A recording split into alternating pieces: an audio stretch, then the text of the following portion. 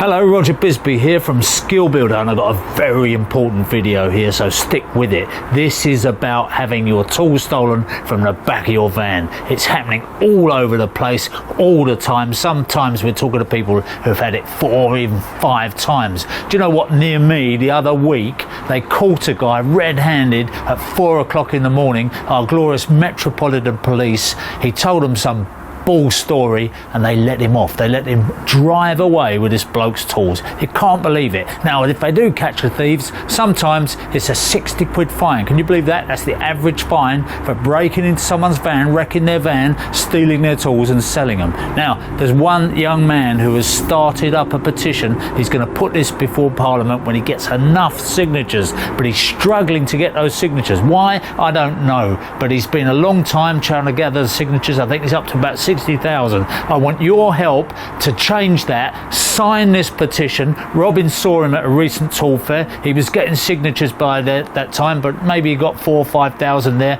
But what he needs is 50,000. So tell your mates, tell everybody you know. Get your wife to sign it. Get anybody to sign it who cares, because this is a serious business and it's got to stop. We can't carry on having all our tools stolen from the back of our vans, our livelihood. It should be carrying a much heavier sentence than it does. There is no risk for these thieves. That's the problem. No risk at all. It's important to me, it's important to everyone at this trade show. What would you say, 90% have had their vandal? Yeah. Probably even 100%. Yeah. It matters and people should care about it, and I think 100,000 isn't a lot to ask. I've spoken to a lot of people about this.